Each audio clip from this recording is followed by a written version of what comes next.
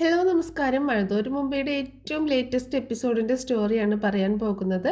അങ്ങനെ അലീന അവരുടെ കസ്റ്റഡിയിലുണ്ടെന്ന്, നമ്മുടെ ശിവൻ്റെയും രാജീവിൻ്റെയും കസ്റ്റഡിയിലുണ്ടെന്ന് അവർ സമ്മതിച്ചിരിക്കുകയാണ്. അപ്പോൾ കുറച്ച് ഡിമാൻഡുകളൊക്കെ ബാലചന്ദ്രൻ മുന്നോട്ട് വെക്കുമ്പോൾ വൈജയന്തി ഒരിക്കലും ഇത് അറിയരുത് എന്നുള്ളൊരു ഡിമാൻഡ് ശിവന് മുന്നോട്ട് വെക്കുന്നുണ്ട്. വൈജയന്തി അറിഞ്ഞു കഴിഞ്ഞാൽ ഇവരുമായിട്ടുള്ള ആങ്ങളമാരുമായിട്ടുള്ള ബന്ധം മുറിച്ച് കളയുമെന്നുള്ള ഒരു പേടി അവർക്കുള്ളത് കൊണ്ടാണ് വൈജയന്തി ഒരിക്കലും ഇക്കാര്യങ്ങളൊന്നും അറിയരുത് എന്ന് അവർ തീരുമാനിക്കുന്നത്. അങ്ങനെ ഇത് ഡിമാൻഡ് ബാലചന്ദ്രൻ അംഗീകരിക്കുന്നുണ്ട്. കാരണം വൈജയന്തി അറിയരുത് എന്നുള്ളത് ബാലചന്ദ്രൻ്റെയും ഒരു തീരുമാനമാണ്. അങ്ങനെ പോലീസും അങ്ങോട്ടേക്ക് വരുന്നുണ്ട് കേട്ടോ. അപ്പോൾ ഈ അന്വേഷണവുമായി ബന്ധപ്പെട്ട് പോലീസും വരുന്നുണ്ട്. അപ്പോൾ അലീനെ തിരിച്ചു കൊണ്ടുവരാൻ ശ്രമിക്കുമ്പോൾ അലീന ഡോറ് തുറക്കുന്നില്ല. അതുകൊണ്ട് അവരെ തിരിച്ചു കൊണ്ടുവരാൻ പറ്റുന്നില്ല എന്ന് ആ ഗുണ്ടകൾ രാജീവിനെ വിളിച്ച് പറഞ്ഞിട്ടുണ്ടായിരുന്നു.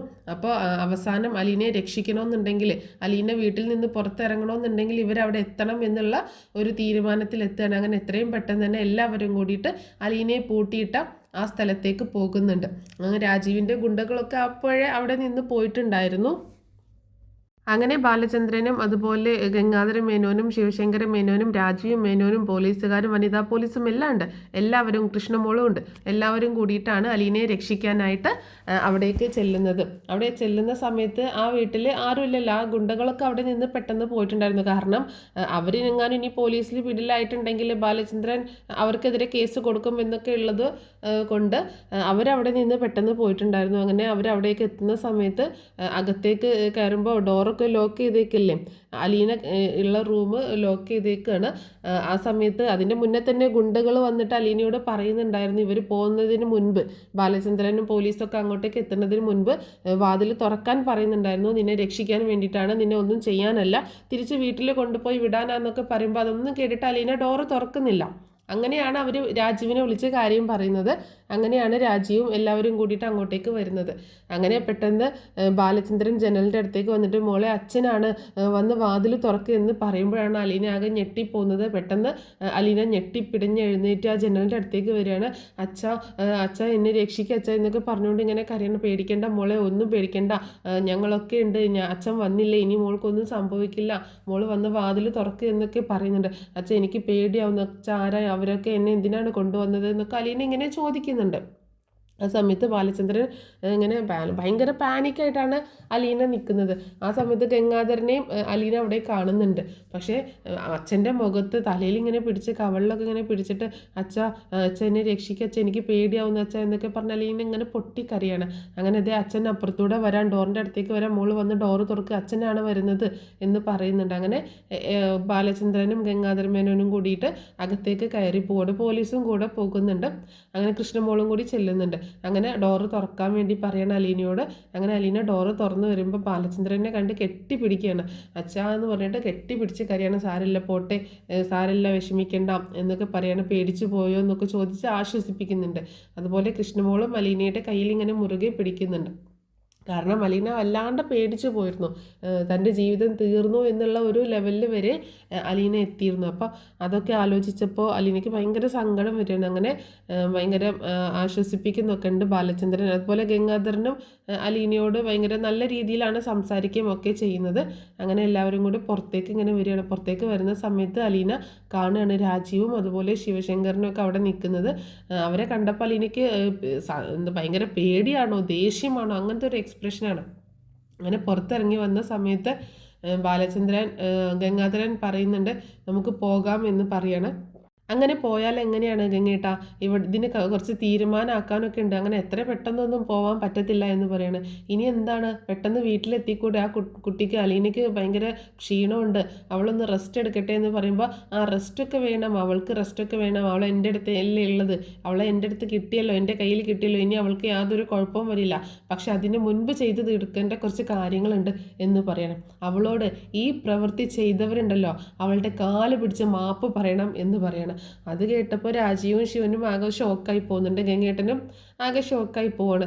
അത്രയ്ക്ക് വേണോ എന്ന് ചോദിക്കുകയാണ് ഗംഗേട്ടൻ. പിന്നെ വേണ്ടേ ഗംഗേട്ടാ, ഒരു പെൺകുട്ടിയെ, അതും അവരുടെ മകളാവാൻ പ്രായമുള്ള ഒരു പെൺകുട്ടി, ഇനി ആരോ ആയിക്കോട്ടെ, ഈ ഒരു മകളാവാൻ പ്രായമുള്ള പെൺകുട്ടിയെ തട്ടിക്കൊണ്ടു പോവുക, എന്നിട്ട് ഒരു വീട്ടിൽ പൂട്ടിയിടുക, ആ കുട്ടിയോട് അപമര്യാദയായി പെരുമാറുക, ഇത്രയൊക്കെ ചെയ്തിട്ടും ഒരു മാപ്പ് പറയാതെ അത്രയെങ്കിലും ചെയ്യിക്കണ്ടേ ഞാൻ എന്ന് പറയാണ് ബാലചന്ദ്രൻ. അപ്പോൾ ബാലചന്ദ്രൻ്റെ ചോദ്യം ന്യായമാണ് എന്നുള്ളത് ഗംഗാധരന് മനസ്സിലാവാണ്. അലീന പറയുന്നുണ്ട്, വേണ്ട അച്ഛാ, ഒന്നും വേണ്ട, നമുക്ക് പോകാം വീട്ടിലേക്ക് എന്ന് പറയുമ്പോൾ, അങ്ങനെയല്ല മോളെ, ഇവർ അതിന് അർഹരാണ്, ഇവർ നിൻ്റെ കാല് പിടിച്ച് മാപ്പ് പറയാൻ അർഹരാണ് എന്ന് പറയുന്നുണ്ട്. അപ്പോൾ ശിവേട്ടൻ പറയുന്നുണ്ട്, പറയാം, ഞങ്ങൾക്ക് മടിയില്ല, ഞങ്ങൾ പറഞ്ഞോളാം, മാപ്പ് പറയാം എന്ന് പറയാണ്. അപ്പോൾ അങ്ങനെ പറയുന്ന സമയത്തും ഇവരുടെ ഉള്ളിൽ അതൊരു നാണക്കേടായിട്ടാണ്. കാരണം അത്രയും നാണം കെട്ടാണ് നിൽക്കുന്നത്. ഇതിലും വലിയൊരു നാണക്കേട് ഇനി വരാനില്ല. അപ്പോൾ അലീനയോട് കാല് പിടിച്ച് മാപ്പ് പറയാൻ തന്നെ പറയാണ് ബാലചന്ദ്രൻ. എന്നിട്ട് അലീനയെ അടുത്തേക്ക് വിളിക്കുന്നുണ്ട്. ബാലചന്ദ്രൻ, മോൾ ഇങ്ങോട്ടേക്ക് വാ എന്ന് പറഞ്ഞ് വിളിക്കുന്നുണ്ട്. അപ്പോൾ അലീന അങ്ങോട്ട് ഇറങ്ങി ചെല്ലുന്നുണ്ട്. കൃഷ്ണയും കൂടിയിട്ട് ഇറങ്ങി ചെല്ലുകയാണ്. ആ സമയത്ത് ബാലചന്ദ്രൻ വീണ്ടും പറയുന്നുണ്ട് രാജീവിനോടും ശിവനോടും, ഗംഗേട്ടനോടായിട്ടാണ് പറഞ്ഞത്, ഗംഗേട്ട, എനിക്ക് ഇതിൽ കൂടുതൽ എനിക്ക് ഇനി ഒന്നും ചെയ്യാൻ പറ്റത്തില്ല. കാരണം ഇത്രയൊക്കെ ഞാൻ എൻ്റെ മോളെ സംരക്ഷിക്കാൻ വേണ്ടി ഞാൻ ചെയ്തിട്ടുണ്ട്. എൻ്റെ മോളായിട്ട് ഞാൻ എൻ്റെ മോളായിട്ട് കണ്ട് നിങ്ങളുടെ മാനം കളയാതിരിക്കാനും ഞാൻ കുറേയൊക്കെ നോക്കുകയും ചെയ്യുന്നുണ്ട്. പക്ഷേ എന്നിട്ടും ഇവർ ഒരുപാട് ദ്രോഹങ്ങൾ എൻ്റെ മോളോടും എന്നോടും ചെയ്തിട്ടുണ്ട്. അതൊക്കെ ഞാൻ ക്ഷമിക്കാം, ഒക്കെ ഞാൻ മറക്കാം. പക്ഷേ ഈ ഒരു കാര്യം ഇത്രയും ആളുകളുടെ മുന്നിൽ വെച്ചിട്ട് ഇവർ രണ്ടുപേരും ചെയ്തേ പറ്റുള്ളൂ എന്ന് തന്നെ പറയാണ് ബാലചന്ദ്രൻ. ആ സമയത്ത് ഗംഗേട്ടന് പറയുന്നുണ്ട്, ശരി എന്നാൽ അവർ മാപ്പ് പറയാൻ തയ്യാറാണ്, അവർ പറഞ്ഞോളും എന്ന് പറയാണ്. ആ സമയത്ത് ശിവേട്ടൻ വന്നിട്ട് പറയുന്നുണ്ട്, അലീനയോട് മുന്നിൽ വന്നിട്ട് കൈ കൂപ്പിയും കൊണ്ട് പറയാണ്, ക്ഷമിക്കണം, തെറ്റുപറ്റിപ്പോയി എന്ന് പറയാണ്.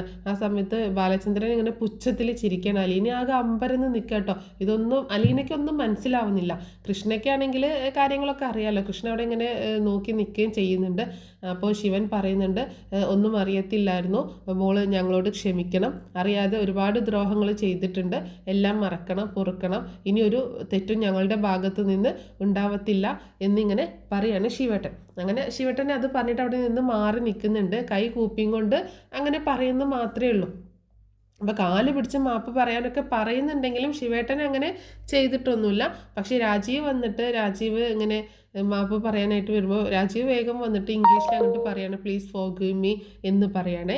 അത് കേട്ടപ്പോൾ ബാലചന്ദ്രൻ പറയുന്നുണ്ട്, പച്ച മലയാളത്തിൽ അങ്ങോട്ട് പറയടാ, മലയാളം നിനക്ക് അറിയത്തില്ല, നീ ഇംഗ്ലീഷിൽ പറഞ്ഞ് തടി തപ്പാമെന്ന് വിചാരിച്ചോ? ഇംഗ്ലീഷ് ഭാഷ കയ്യിലുണ്ടെന്ന് വിചാരിച്ചിട്ട് അതിലൂടെ പറയാൻ നിൽക്കണ്ട, പച്ച മലയാളത്തിൽ തന്നെ നീ മാപ്പ് അപേക്ഷിക്ക് അവളോട്, അവളുടെ കാല് പിടിച്ചിട്ട് മാപ്പ് പറയണം എന്ന് പറയാണ് രാജീവിനോട് നമ്മുടെ ബാലചന്ദ്രൻ. അത് കേട്ടപ്പോൾ എല്ലാവരും ഒന്ന് അമ്പരന്ന് പോകുന്നുണ്ട്. അപ്പോൾ ഗംഗേട്ടൻ ചോദിക്കുന്നുണ്ട്, അത് വേണോ ബാലേന്ദ്ര? ഒന്നുമില്ലെങ്കിലും പ്രായം കൊണ്ടെങ്കിലും, എന്ത് പ്രായം ഗംഗേട്ടാ, ഇത്രയൊക്കെ പ്രായമുണ്ടായിട്ടും ഒരു ചെറിയ പെൺകുട്ടിയോട് ഇവർ ചെയ്ത പ്രവൃത്തി എന്താണ്? അത്രയും ഒരു പ്രവൃത്തിയല്ലേ ഇവർ ചെയ്തത്.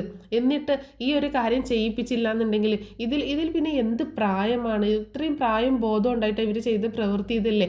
അപ്പോൾ അതിലൊന്നും ഒരു കാര്യമില്ല. അലീനയുടെ കാല് പിടിച്ച് തന്നെ മാപ്പ് പറയട്ടെ. കാരണം അലീനയെ ഒരുപാട് ദ്രോഹിക്കുകയും ഉപദ്രവിക്കുകയും ചെയ്തിട്ടുള്ളത് രാജീവ് ആണ് എന്ന് പറയണം. ആ സമയത്ത് അലീന ഇങ്ങനെ ആകെ അന്തം വിട്ട് നിൽക്കുകയാണ്. പെട്ടെന്ന് രാജീവ് കൈ കൂപ്പിയും കൊണ്ട് തന്നെ അലീനയുടെ കാൽക്കിലേക്ക് വീഴണം. കാല് തൊടാനായിട്ട് ഇങ്ങനെ വന്ന്, എന്നോട് ക്ഷമിക്കണം, ഞാൻ ചെയ്ത തെറ്റുകൾക്കൊക്കെ മോള് മാപ്പ് തരണം എന്ന് പറഞ്ഞുകൊണ്ട് കാലിലേക്ക് വീഴണം. അലീന ആകെ പകച്ചു പോകണം. കൃഷ്ണയ്ക്ക് അത് കാണുമ്പോൾ ഭയങ്കര ചിരിയാണ് വരുന്നത്. കാരണം സന്തോഷം, കാരണം അവർ തെറ്റ് ചെയ്തതിനുള്ള ശിക്ഷ അവർ അനുഭവിക്കുന്നു, അത്രമാത്രം. പെട്ടെന്ന് അലീന പുറകിലേക്ക് നീങ്ങുന്നുണ്ട്. എന്താ ഈ ചെയ്യുന്നത്? ഇങ്ങനെയൊന്നും ചെയ്യാൻ പാടില്ല എന്നുള്ള. കാരണം ഒരിക്കലും ചെയ്യാൻ പാടില്ലാത്ത കാര്യമാണ് ഒരു മുതിർന്ന ആൾ ഒരു ചെറിയ പ്രായമായ, അതായത് പ്രായം കുറവായ ഒരു കുട്ടിയുടെ കാല് പിടിച്ച് മാപ്പ് പറയുക എന്നൊക്കെ പറഞ്ഞിട്ടുണ്ടെങ്കിൽ അതും സ്വന്തം അനന്തരവളാണല്ലോ. അപ്പോൾ അതൊക്കെ ചെയ്യാമെന്ന് പറഞ്ഞിട്ടുണ്ടെങ്കിൽ അത്രയും മോശമായിട്ടുള്ള, അല്ലെങ്കിൽ അത്രയും പാപമായിട്ടുള്ള ഒരു കാര്യം തന്നെയാണ്. പക്ഷേ അലീനയോട് ഇവർ ചെയ്തത് വെച്ച് നോക്കുമ്പോൾ അതൊക്കെ ചെയ്യേണ്ട കാര്യം തന്നെയാണ്. പക്ഷെ അലീനയെ സംബന്ധിച്ചിടത്തോളം ഇങ്ങനെ ചെയ്യാൻ പാടില്ല. തൻ്റെ അമ്മയുടെ ആങ്ങളെയാണല്ലോ, തൻ്റെ അങ്കിളാണ്. അപ്പോൾ അവർ തൻ്റെ കാല് പിടിക്കുക എന്ന് പറഞ്ഞിട്ടുണ്ടെങ്കിൽ അലീനയ്ക്ക് അത് സഹിക്കാൻ പറ്റുന്ന കാര്യമൊന്നുമല്ല. അപ്പം അലീന പെട്ടെന്ന്, അച്ഛാ ഇങ്ങനെയൊന്നും വേണ്ട, അങ്ങനെ പറഞ്ഞിട്ട് അലീന പുറകിലേക്ക് മാറി നിൽക്കുന്നുണ്ട്. എനിക്ക് ആരോടും ഒരു ദേഷ്യവുമില്ല എന്ന് പറയാണ് അലീന. എനിക്ക് ആരോടും ഒരു ദേഷ്യവും ഒന്നുമില്ല. എന്നെ ഒന്ന് ജീവിക്കാൻ അനുവദിച്ചാൽ മാത്രം മതി. ഞാൻ ആരെയും ഉപദ്രവിക്കാൻ വരുന്നില്ല. എത്രയും പെട്ടെന്ന് ഞാൻ എല്ലാം ഉപേക്ഷിച്ച് പോവാൻ ഞാൻ തയ്യാറാണ് എന്നൊക്കെ അലീന ആ സമയത്ത് പറയുകയും ചെയ്യുന്നുണ്ട്. മോളിനി കൂടുതലൊന്നും സംസാരിക്കേണ്ട, അതൊക്കെ നമുക്ക് പിന്നീട് സംസാരിക്കാം. എന്താണെങ്കിലും നമുക്ക് വീട്ടിലേക്ക് പോകാം എന്ന് പറഞ്ഞിട്ട് അങ്ങനെ ബാലചന്ദ്രനും കൃഷ്ണയും അലീനയും കൂടെ കാറിൽ കയറി പോവുകയാണ്. ബാക്കിയുള്ളവരൊക്കെ കൊല്ലപ്പള്ളിയിലേക്കാണ് പോകുന്നത്. അപ്പോൾ തോറ്റു തുന്നം പാടിയിട്ടാണ് അവർ കൊല്ലപ്പള്ളിയിലേക്ക് എത്തുന്നത്. കൊല്ലപ്പള്ളിയിലേക്ക് എത്തുന്ന സമയത്ത് കമല ചോദിക്കുന്നുണ്ട് എന്തു പറ്റി എന്ന് ചോദിക്കുമ്പോൾ കമലയോടൊന്നും ഒന്നും പറയുന്നില്ല കേട്ടോ. ഒന്നുമില്ല. അപ്പോൾ ഗംഗേട്ടൻ എപ്പോഴാണ് വന്നതെന്ന് ചോദിക്കുമ്പോൾ ഞാൻ കുറച്ച് നേരമായി വന്നിട്ട് എന്ന് ഗംഗേട്ടൻ പറയുകയും ചെയ്യുന്നുണ്ട്. എന്നിട്ട് കമലയോട് പറയുന്നുണ്ട് കുറച്ച് ചായ എടുക്കുക, എല്ലാവർക്കും നല്ല ക്ഷീണമുണ്ട് എന്നൊക്കെ പറഞ്ഞിട്ട് കമല ചായയൊക്കെ ഇട്ട് കൊടുക്കുന്നുണ്ട്. പക്ഷേ എന്താ സംഭവിച്ചത് എന്നുള്ള കാര്യങ്ങളൊന്നും കമലയോട് തൽക്കാലം പറയുന്നില്ല. കാരണം കമലയ്ക്ക് ഈ കാര്യങ്ങളൊന്നും അറിയത്തില്ലല്ലോ. അങ്ങനെ പിന്നീട് അവർ മുത്തശ്ശിയുടെ റൂമിലേക്ക് പോയിട്ട് സംസാരിക്കുകയൊക്കെ ചെയ്യുന്നുണ്ട് കേട്ടോ. പക്ഷേ മുത്തശ്ശിയോടും ആ സമയത്ത് കാര്യങ്ങളൊന്നും പറയുന്നില്ല. പക്ഷേ മുത്തശ്ശിയോട് കാര്യങ്ങളൊക്കെ തുറന്ന് പറയുന്നൊരു രംഗം വരുന്നുണ്ട്. അതെന്തായാലും ഞാൻ മറ്റൊരു സ്റ്റോറി പറഞ്ഞ് അപ്ലോഡ് ചെയ്യുന്നതായിരിക്കും. പിന്നീട് കാണിക്കുന്നത് നമ്മുടെ ബാലചന്ദ്രനും അതുപോലെ നമ്മുടെ അലീനയും കൃഷ്ണയും കൂടി നെടുമ്പുരയ്ക്കൽ വീട്ടിലേക്ക് എത്തുന്നതാണ്. അലീനയ്ക്കാണെങ്കിൽ ഒന്നും മനസ്സിലാവുന്നില്ലല്ലോ. അപ്പോൾ അവർ പോയിക്കൊണ്ടിരിക്കുന്ന സമയത്ത് തന്നെ അലീന ഒരുപാട് സങ്കടപ്പെടുകയും കരയുകയും ഒക്കെ ചെയ്യുന്നുണ്ട് കാറിലിരുന്നിട്ട്. അപ്പോൾ ബാലചന്ദ്രനെ ഒരുപാട് ആശ്വസിപ്പിക്കാൻ നോക്കുന്നുണ്ടെങ്കിലും അലീന ഇങ്ങനെ പറയുന്നുണ്ട്, അച്ഛൻ ഞാൻ ഇങ്ങോട്ട് വരരുതായിരുന്നു, ഞാൻ വന്നതാണ് ഏറ്റവും വലിയ തെറ്റ്, അല്ലാതെ ഞാൻ വേറെ ഒരു തെറ്റും ഞാൻ എന്ത് തെറ്റ് ചെയ്തിട്ടാണ് എന്നോട് ഇങ്ങനെയൊക്കെ കാണിക്കുന്നത്? എല്ലാവരും ഞാൻ സ്നേഹിച്ചിട്ടേ ഉള്ളൂ, ആർക്കും ദോഷം വരണമെന്ന് ഞാൻ ആഗ്രഹിച്ചിട്ടില്ല, എന്നിട്ടും എനിക്ക് ഇങ്ങനെയൊക്കെ വന്ന് സംഭവിച്ചു പോകുന്നു. ഞാൻ ഇനി എന്താ അച്ഛാ ചെയ്യേണ്ടത്? ഞാൻ ഇവിടെ നിന്ന് പൊക്കോളാം എന്നൊക്കെ പറഞ്ഞ് അലീന ഇങ്ങനെ കരഞ്ഞുകൊണ്ടിരിക്കുകയാണ്. അപ്പോൾ ബാലചന്ദ്രന് ഭയങ്കര സങ്കടം തോന്നുന്നുണ്ട്. അപ്പോൾ ബാലചന്ദ്രൻ ചോദിക്കുന്നുണ്ട്, മോൾ ഒരുപാട് പേടിച്ചു അല്ലേ എന്ന് ചോദിക്കുമ്പോൾ, എനിക്ക് പേടി എന്നെക്കുറിച്ച് ഓർത്തായിരുന്നില്ല അച്ഛൻ, അച്ഛനെക്കുറിച്ച് ഓർത്തായിരുന്നു. അച്ഛൻ ഇവിടെ എന്തൊക്കെയാണ് ചെയ്തു കൂട്ടുകയെന്നോ അച്ഛൻ്റെ അവസ്ഥ എന്താണെന്നൊന്നും എനിക്ക് അറിയത്തില്ലല്ലോ, അതോർത്തായിരുന്നു എനിക്ക് കൂടുതൽ സങ്കടം ഒക്കെ ഉണ്ടായിരുന്നത് എന്ന് പറയാണ്. പിന്നെ കൃഷ്ണമോളും തനിച്ചല്ലേ വീട്ടിൽ, അച്ഛനെ എങ്ങനെ കൃഷ്ണമോളെ ഇട്ടിട്ട് എന്നെ അന്വേഷിച്ച് ഇറങ്ങൂ, അതൊക്കെ ഓർത്ത് എനിക്ക് ഒരുപാട് സങ്കടം വന്നു, ഒരുപാട് ടെൻഷനായിരുന്നു എന്നൊക്കെ അലീന പറയുന്നുണ്ട്. അപ്പോൾ കൃഷ്ണയെ ചേർത്ത് പിടിച്ചോണ്ട്, കൃഷ്ണയും അലീനയും കൂടി പുറകിലാണ് ഇങ്ങനെ ഇരിക്കുന്നത്. അവളെ ചേർത്ത് പിടിച്ചോണ്ടാണ്, അലീനയെ ചേർത്ത് പിടിച്ചോണ്ട് കൃഷ്ണ ഇരിക്കുന്നുണ്ട്. അങ്ങനെ അവർ വീട്ടിലേക്ക് എത്തണം. വീട്ടിലേക്ക് എത്തിയതിന് ശേഷം അലീനയ്ക്ക് കൃഷ്ണ പെട്ടെന്ന് പോയിട്ട് വെള്ളമൊക്കെ എടുത്ത് കൊണ്ടുവന്ന് കൊടുക്കുന്നുണ്ട്. അതിൻ്റെ മുന്നേ വെള്ളമൊക്കെ കൊടുത്തിട്ടുണ്ടായിരുന്നു വണ്ടിയിൽ നിന്ന്. അങ്ങനെ പിന്നെ അലീന ചോദിക്കുന്നുണ്ട്, അച്ഛാ ഞാനൊരു കാര്യം ചോദിക്കട്ടെ എന്ന് ചോദിക്കുകയാണ്. എന്താ ചോദിക്കുമ്പോൾ, എന്താ പിന്നെ ഉണ്ടായത്, ഇവരെങ്ങനെയാണ് എന്നെ തട്ടിക്കൊണ്ടുപോയ കാര്യം അച്ഛനോട് പറഞ്ഞത് എന്നൊക്കെ ചോദിക്കുമ്പോൾ, അതൊക്കെ പറയാനാണെങ്കിൽ ഒരുപാടുണ്ട്, ഞാനതൊക്കെ പറയാം എന്ന് പറയണം. പിന്നെ അവരെന്തിനാണ് എന്നോട് മാപ്പ് പറഞ്ഞത്, എനിക്കൊന്നും മനസ്സിലായില്ല എന്ന് പറയണം. അതൊക്കെ അവർ ചെയ്യേണ്ട കാര്യങ്ങൾ കറക്റ്റായിട്ട് ചെയ്തിട്ടുണ്ട്. എന്താണെങ്കിലും ഒരു കാര്യം നീ മനസ്സിലാക്കിയാൽ മതി, ഇനി അവരുടെ ഭാഗത്ത് നിന്ന് യാതൊരുവിധ പ്രശ്നങ്ങളും ഉണ്ടാവത്തില്ല എന്ന് പറയുമ്പോൾ, അച്ഛൻ എന്തൊക്കെയാണ് പറയണത്, അച്ഛൻ അവരോടെല്ലാം പറഞ്ഞോ എന്ന് ചോദിക്കുകയാണ്. അപ്പോൾ ബാലചന്ദ്രൻ പറയുന്നുണ്ട്, ഞാനായിട്ടൊന്നും പറഞ്ഞിട്ടില്ല, പക്ഷേ ഗംഗാധര മേനോൻ എല്ലാ കാര്യങ്ങളും അവരെ അറിയിച്ചിട്ടാണ് വന്നത് എന്നുകൂടി പറയണം. അപ്പോൾ അച്ഛൻ അതെ, നിൻ്റെ കാര്യങ്ങളും എല്ലാം അറിയാം. അപ്പോൾ ആ സമയത്ത് കൃഷ്ണയെ നോക്കുന്നുണ്ട് കേട്ടോ അലീന. നീ കൃഷ്ണയെ നോക്കണ്ട, കൃഷ്ണയ്ക്ക് ആദ്യമേ അറിയാം നീ ആരാണെന്നുള്ളത് എന്ന് പറയുമ്പോൾ അലീന അവിടെ ഞെട്ടിപ്പോവാണ്.